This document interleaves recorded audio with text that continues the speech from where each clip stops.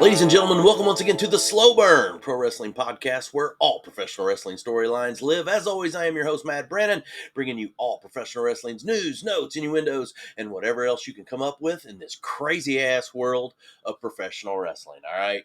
Happy Saturday to everybody out there. Hope everybody had a wonderful 4th of July. Not bad here, all right? Matter of fact, I hope your 4th was badass, all right? Because let me say something.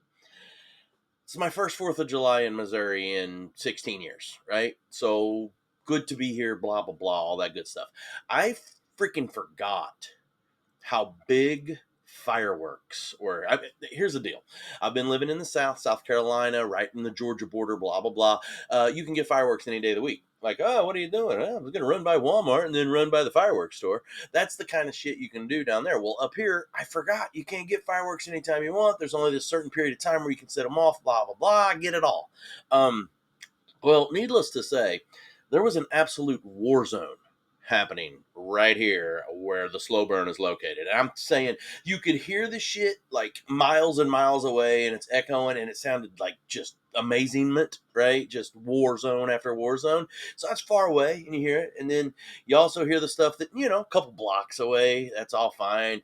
Then you hear the stuff that's in your neighborhood and all the blah. And then it sounds like the shit is going off in your front yard. And that's what I experienced last night. Now, I will say, my mother, she was kind of pissed. She's like, oh, the war zone where I'm at, and this is horrible, and I'm tired of this. And I said, just think about this. It's only like a couple days a year, right? You get, July 2nd through July 5th, which tonight, we're going to get it again tonight here, and that's fine.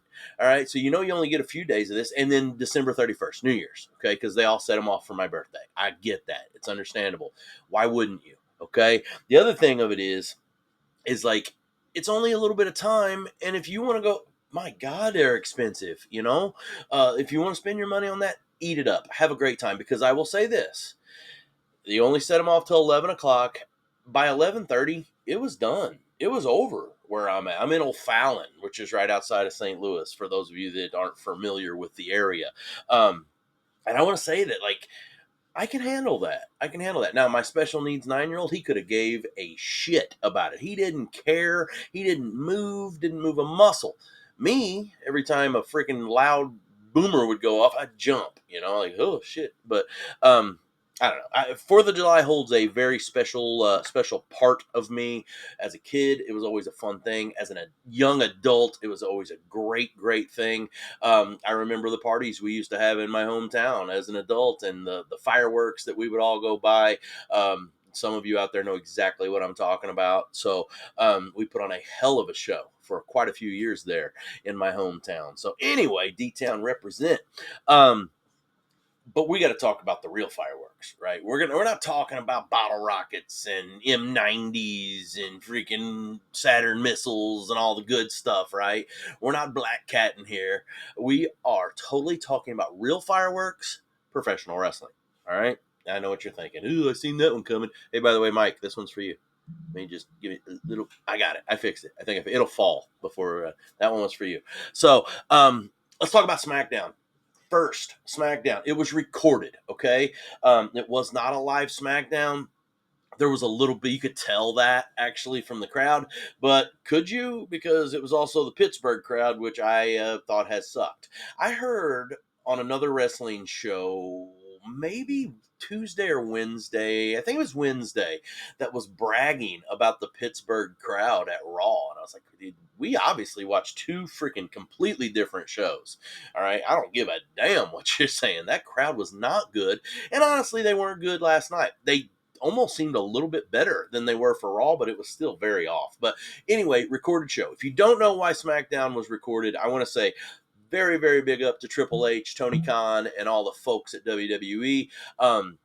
They worked Monday Night Live at Raw in Pittsburgh, and then the next day they recorded their SmackDown, and or maybe even been that night, but I think it was the next day they recorded SmackDown, and then they gave the guys, the rest of the guys and gals, the rest of the week off for 4th of July. So they were able to go home, spend some time. Matter of fact, there was a photo posted around all of the wrestling sites. Randy Orton was at the St. Louis Zoo 2 days ago with his family. So the wrestlers, the talent, the ring crew, the refs, the whole 9 yards, they all got to spend 4th of July with their families. And that's pretty freaking cool. All right. A money-making machine like WWE is, to have that type of foresight to give their people off for the 4th. Better than what you can say for Walmart.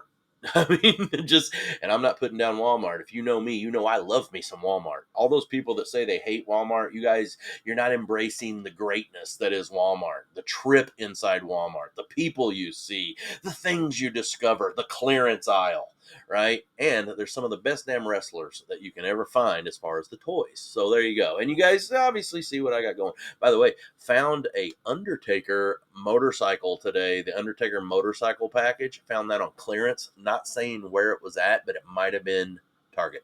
So just saying, got it on clearance. So I was pretty happy with that. You can't see it. It's over here on the bookshelf over here. By the way, also, I noticed the new neon that we have up here, right above the old 2. You notice the neon, that actually is a really badass slow burn. That the lighting is kind of screwed up. I'm going to play with that later and kind of figure it out, but it's a badass slow burn neon.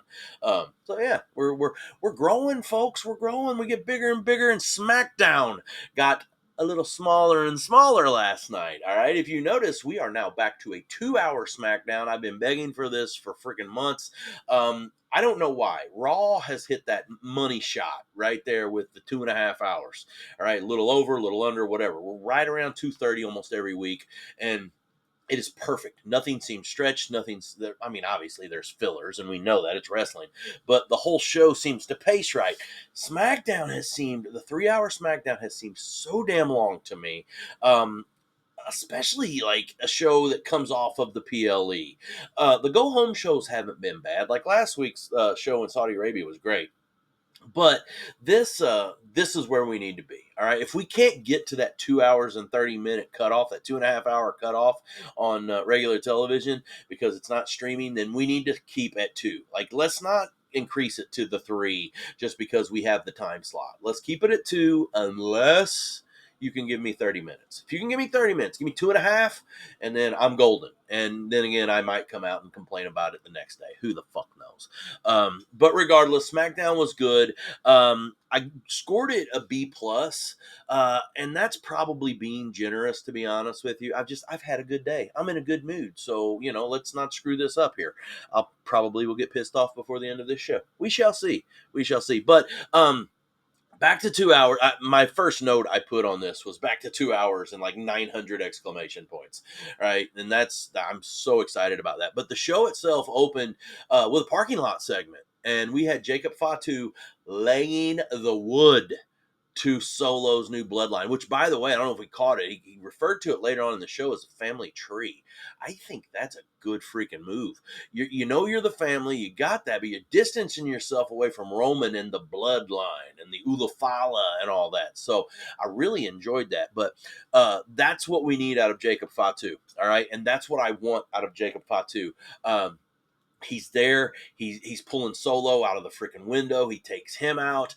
Tongaloa's there. He takes Tongaloa out, which you knew that wouldn't be a huge bit of work because he's not an indestructible monster. JC, who we have labeled as being a very, very viable opponent for Jacob as far as the indestructibility. He lays JC out as well and then goes back to getting after Solo. And then out comes the security. He's like, hey, no, all good, all good, all good. So we get the tag match set up for later on. And then we got another great piece inside with Jimmy and Jacob. And Jacob giving him, you ready to get in where you fit in.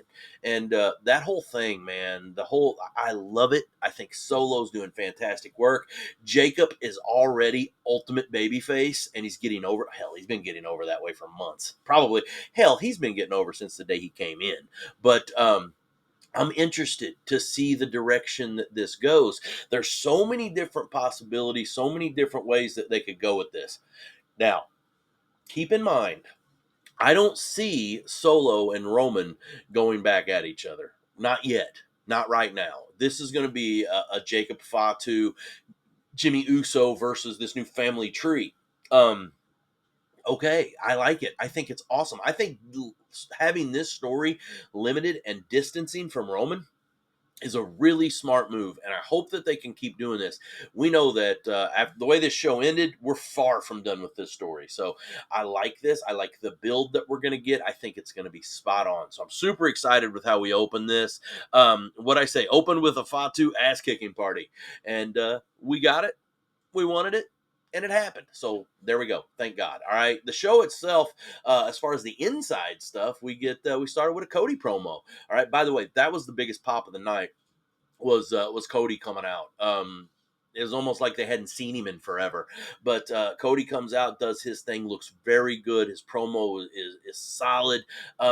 He had a little different tone. If you kind of caught that, I have always said, and I know a lot of people have agreed with me too. It's not like I'm the original with this one, but I've always felt that Cody, the way he presents his promos most of the time, is as if he's a heel.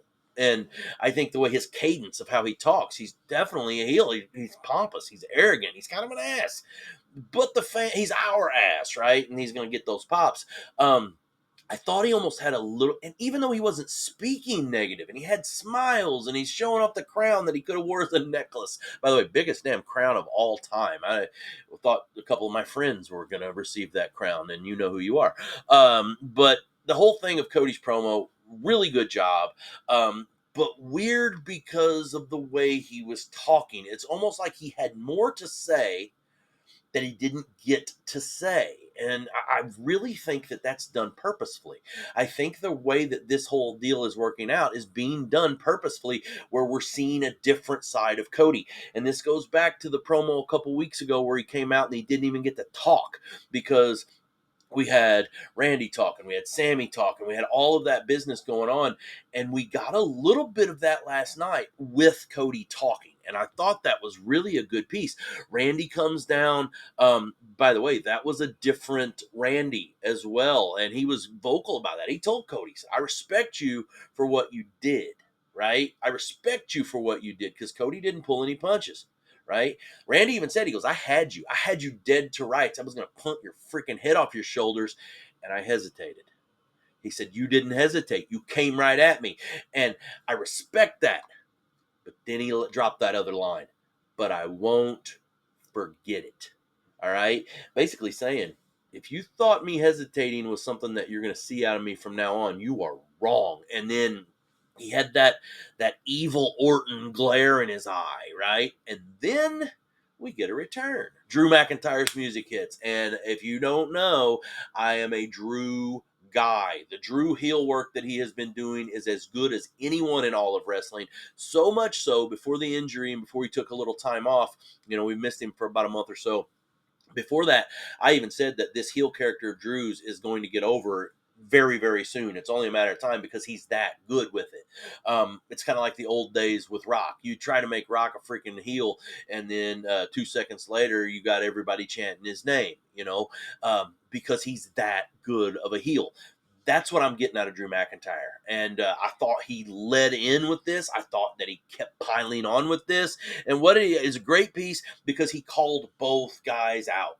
He basically said, Randy, you're soft. You couldn't do it. You couldn't pull the trigger, Randy. You're soft.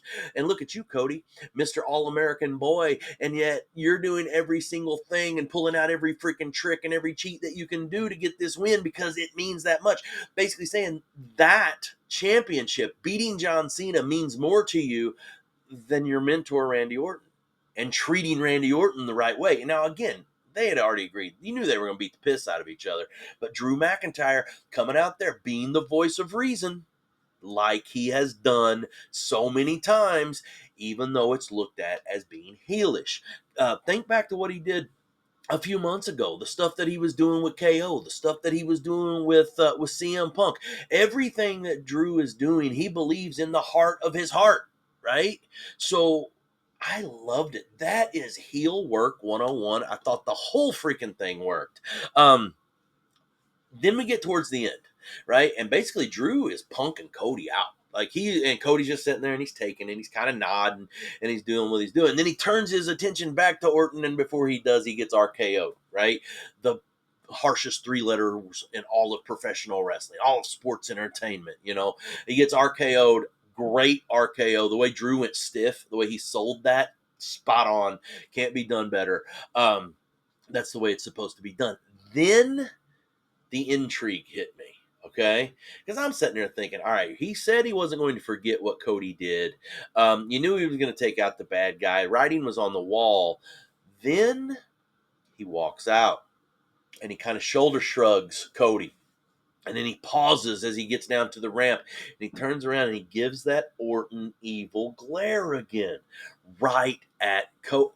Guys, I'm telling you, you can book this threesome however you want. We're gonna get Cody versus Drew. Great. All right.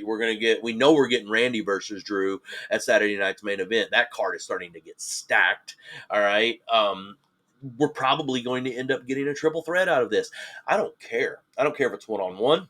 I don't care if it's 2-on-1. I don't care if we mix in another tag and make this happen. I don't care if it's a triple threat. It doesn't matter. This is going to be great. The other thing that I'm super excited about this isn't just the Drew work. Isn't Drew and Cody do great stuff together, right? If you've seen them before, and you probably have. The other thing that I'm looking forward to this, though, has nothing to do with anything except Randy. Okay, I have a feeling that we're going to maybe be getting away from this happy-go-lucky Randy Orton smiling and everything is wonderful. This is going away because Randy wants that damn belt. And now he knows if he's going to hesitate, if he's going to go in soft, as Drew was kind of getting at, if that happens, he has no freaking chance to win anymore. He's got to be the Viper. All right. And if we get the Viper back, I'm telling you, we are going to get another championship run. We all deserve another Randy Orton championship run. And I'm sorry, any Randy Orton championship run as a heel has been 10 times freaking better than any Randy Orton championship run as a babyface.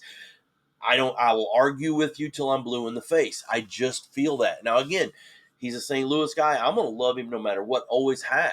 I loved skinny Randy Orton with the freaking Caesar haircut. I loved the very few tattoos Randy Orton to what we have now, the gigantic meaty man Randy Orton. I love it all. He's our hometown guy. He's our guy, not to mention the fact that I love his daddy. This is the Orton we need. Right? I need Orton pulling out all stops. I need him to take Cody out. Drew aside, Drew is just the link in this story, right? He is going to take Cody out. Mark my word, I guarantee that's what we're going to see, okay? What else did we get? Oh, I wanted to end this segment with, regardless of the direction they go, it's going to be fun. All right, because you're getting 3 professionals that really know how to sell, that really know how to facial, that really know how to get after it.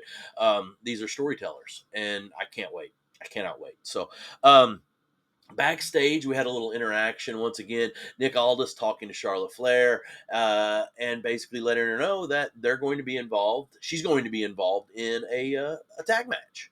And that by being a part of this tag match, she's going to have an opportunity at gold again, albeit not the gold that Charlotte was after.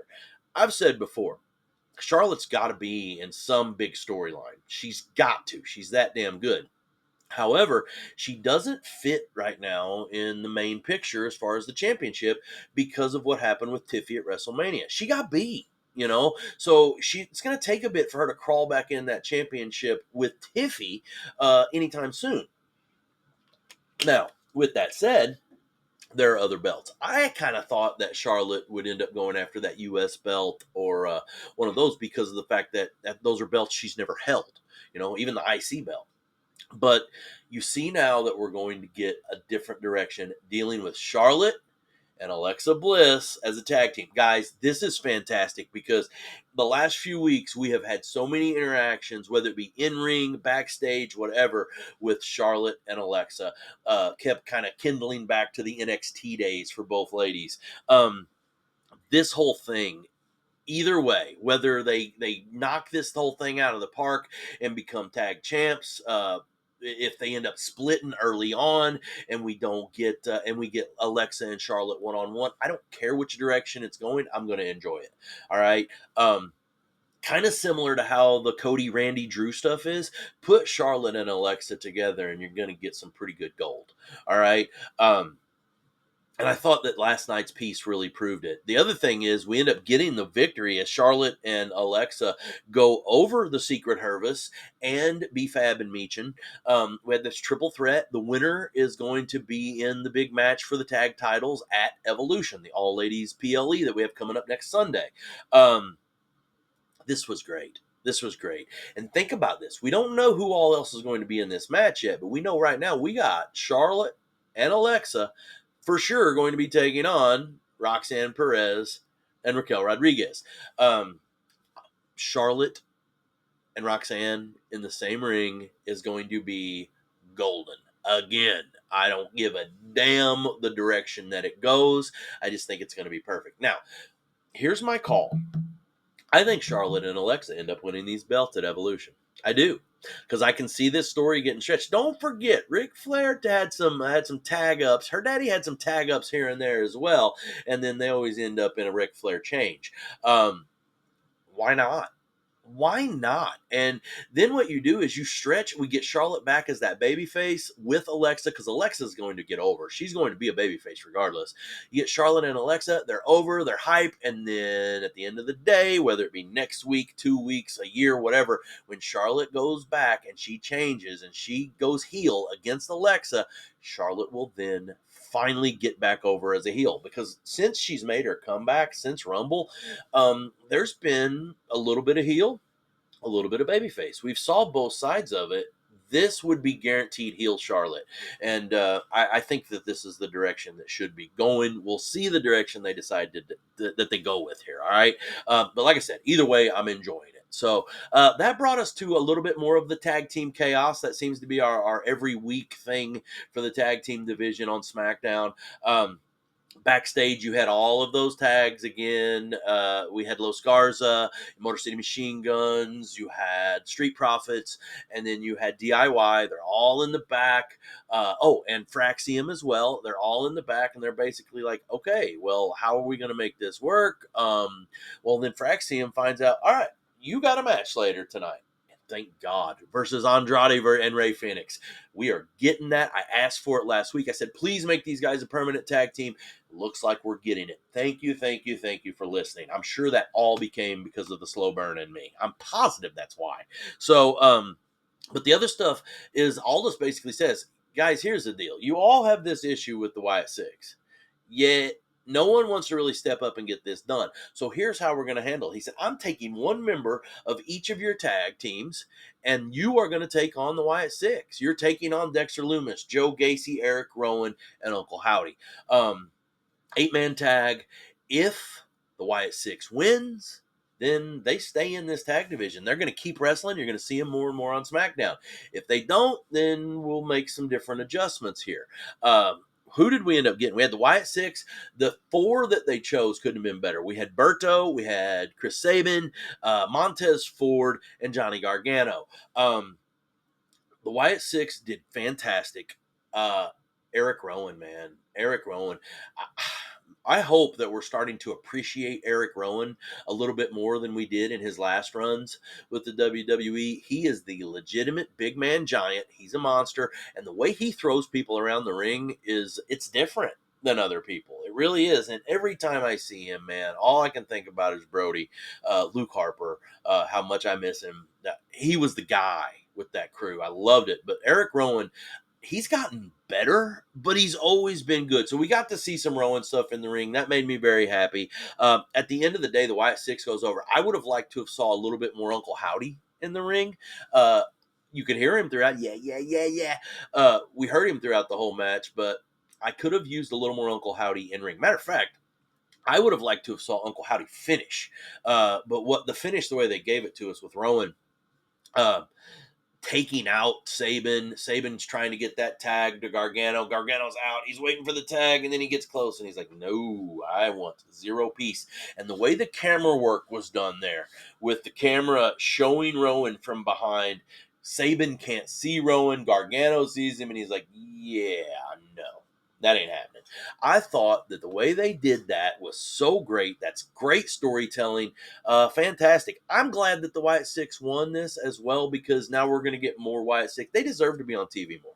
They really do. For nothing else, there's been a hell of a lot of work go into these characters. So let them run. I don't care if the pops aren't as big as they were at the beginning or not. Let them have a chance to develop. Let it marinate just a little bit. So, decent job. We had a great Julia promo. I was going to spend some time talking about that, but we are running out of time today. As I mentioned, Andrade and Rey Fenix versus Fraxium. First off, it was said by Wade Barrett, I think, that Nathan Frazier is the best luchador from the UK that's ever lived. I don't know if there's anybody faster than him. I really don't. But this whole thing was good. Andrade and Rey Fenix look like they have been tagging together for 10 damn years. And, this works because this is a spot for both of these guys. Great singles guys that there's not a lot of room for them. Right now, I think they're 3-0, maybe 4-0, but the last couple weeks they've looked so damn good. I'm sorry. Give me Andrade and Rey Fenix versus the Street Profits. Give it to me now. You want to get an interference or something like that so it doesn't change hands, whatever, that's fine.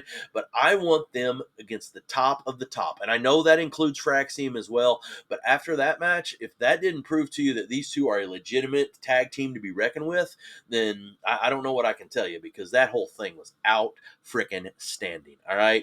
I put every part, both sides. All right. Whether it be Axiom, Frazier, whether it be Andrade or Rey Fenix, there was not one weak link in that match. It was that good. Has a chance to be match of the week. It's up. It'll be up there. We'll see. I don't think it gets it, but we shall see. We still got another show tonight too. Let's not forget that. All right. Tiffy comes out and she basically lets us all know. Remember, EO picked Rhea to be her opponent at Evolution, so I'm going to pick mine too. Then we get the interruption from Jade Cargill. I'm just not. I thought it was awful. I didn't think Jade was good on the mic at all. Again, she looked the part. I get all that. Her crown was gigantic. The whole thing didn't work. But then we hear the music, and who do we get? Trish versus Tiffy at Evolution. This should run right through Jade Cargill. I actually thought she was going to say, you know what? I don't want to wait till SummerSlam. I want Jade Cargill at Evolution. And I thought that would be really cool, because then maybe we could go a different direction for SummerSlam. We're not going to get that. We're also probably not going to get a Trish victory, which I always like to see Trish in ring. So definitely one of the greatest of all time. I love the heel work she did last time. Maybe this turns out to be a little heel work. So we shall see. But okay, we get it. Jade, you're tough. You're going to do something. Trish, you're a legend. Awesome. Trish Tiffy at the show of shows of Evolution is going to be great. Hopefully that's our main event. I really do hope that's our main event. Although it'll probably be EO and Rhea, which how can I argue with that? So big tag match for our main event in SmackDown last night, as we had Jacob Fatu and Big Jimmy Uso, taking on Solo and JC Mateo. Solo told the guys, told Tonga and Tala to stay back. Don't come out. Well, Jacob ends up getting the victory here. Jacob and Jimmy looked good together. Jimmy's such a good tag wrestler, man. He does so little wrong in a tag match. You'd think he did it forever. But the Jimmy Jacob stuff worked really, really well.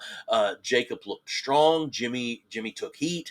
That whole damn thing worked. Man, this was a good show. Now that I sat here and I went over it, this was a damn good show.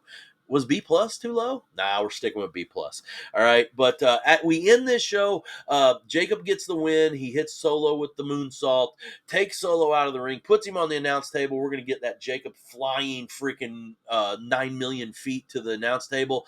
And then out comes Tala Tonga, because he's the tallest of the Tongas. He comes out. He takes care of Jacob. By the way, he looks strong. He looks mean. I love that they're presenting him in that fashion.